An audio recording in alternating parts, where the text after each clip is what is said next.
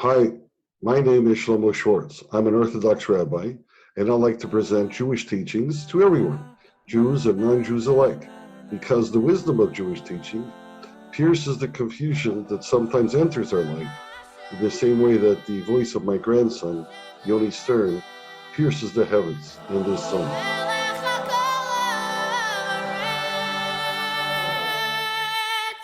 I just love that. Genesis of Trinity follows my previous Jewish teachings video about Leonard Cohen's secret chord that pleased the Lord, which was most likely in the 3 by 3 by 3 Jewish New Year sounds over the Shofar ram's horn. And God also favored 3 when creating 3 dimensions, 3 states of matter, 3 experiences of time passing, even putting us on the 3rd planet from the sun. Are you wondering why so many 3s? Why? We're told the shofar wakes up our soul, so I set to discover if it's because of the 3s. To learn about souls, I looked in the creation story. Here is the New International Version text describing the first 7 days. I know you can't read it. I just want to show you a pattern. The red marks the words created, which surprisingly only appears 6 times in this story of creation, not very often. The first one says, in the beginning, God created the heavens and earth. Created means from nothing, and heavens and earth means all the raw material. This is exactly consistent with what science tells us today. There was a Big Bang that created space, time, and matter, all the raw materials. After that, science says everything evolved. The Torah agrees. It informs us that after creating, God guided that evolution by separating, gathering, sprouting, and otherwise organizing the raw material, but no more created. That's already done. Other videos reconcile the different timelines of 7 days versus billions of years. That's not our focus here. Let's jump to the last red mark. A little translation of the last 3 Hebrew words is God created to do. It says created, even though it's about the 7th day when God rested. Nothing happened. Some explain this word created is a summary, a recap of the previous 6 days.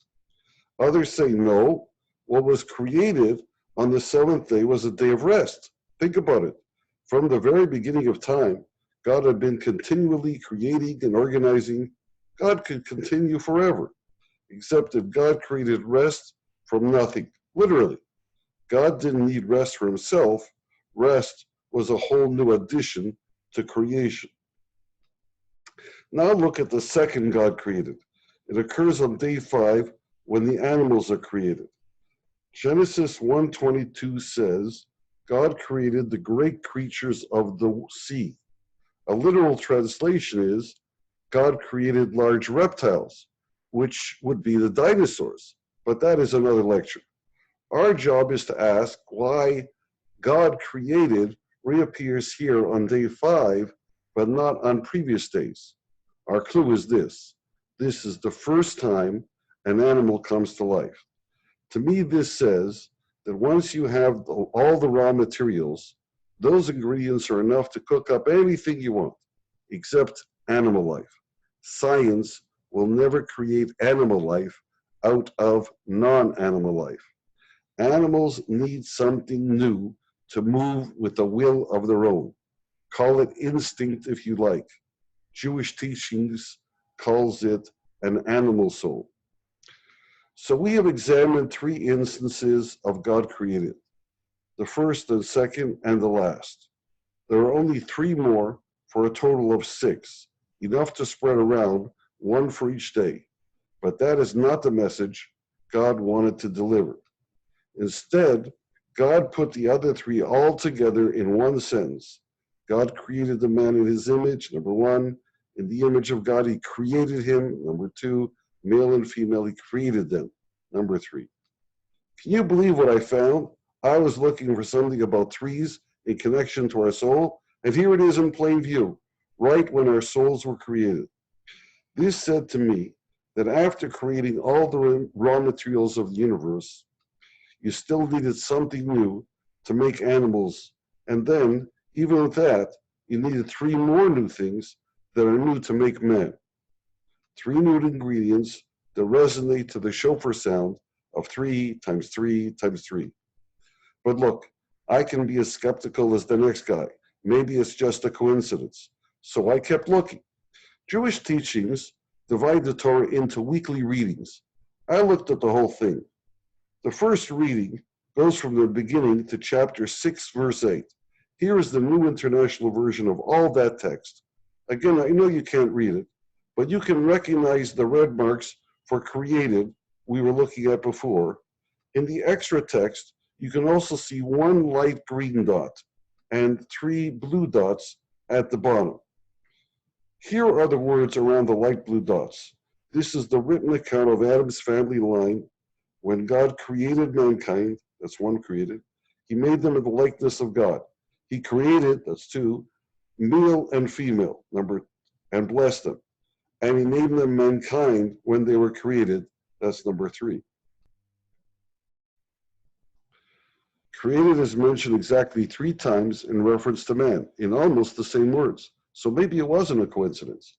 Also, this story starts over from the beginning to express the early history of man, from Adam to Noah. In between this story and the first, we have the story of the Garden of Eden, which starts with the words around the light green dot. This is the story of the heavens and the earth when they were created. Again, starting from the beginning. Turns out, man's appearance on the scene is retold 3 times from different perspectives. The first describes man as the crowning glory of God's creation. The second describes man in relationships to his wife, to the garden, to the snake. The third describes man's social development. 3 stories is the third time the story of man is described by 3s. My case is building. 1 fly in the ointment, though. The middle story doesn't have a 3 times created, just 1. Maybe I'm wrong. It wouldn't be the first time or the last, except for one thing that you can only see in Hebrew. The phrase, when they were created, is all one Hebrew word pronounced bihibara. Using English letters, the word would be written like this, BHBRM. For some reason that nobody explains, the H is always written small in the Torah scroll like this, BHBRM. Now in Hebrew, numbers are represented by letters in the alphabet. The number 5 is represented by an H. So maybe the H is always written small to draw attention to its numeric value of 5. The verse, this is the story of the heavens and the earth when they were created, is saying that the entire story included 5 acts of creation. The first, to get all the raw materials. The second, to introduce animal life. And the last 3, to add the extra ingredients to create mankind. So once again, my theory works out. It fits the text beautifully. We have discovered the genesis of Trinity. God used 3 so often in creation to complement each of the new special ingredients he had put in man. The Torah documents that early man slipped up and went downhill pretty badly. But God kept working through history with the 3 sons of Noah, the 3 fathers, Abraham, Isaac, and Jacob, ultimately providing a 3-layered Torah of written, oral, and rabbinic instructions. Blowing the shofar is one of these instructions, apparently designed to wake us up to the truth about ourselves. The minimum number of shofar sounds is 27, 3 times 3 times 3. How amazing is it to realize that the very first description of the 3 new ingredients in man's creation was Genesis 1:27, the 27th verse in the Torah. 27 equals 3 to the 3rd power. That resonates big time. It's as if the shofar wakes up our souls by plucking the strings that suspend it within us. Now we have to find out how to use these clues into our soul.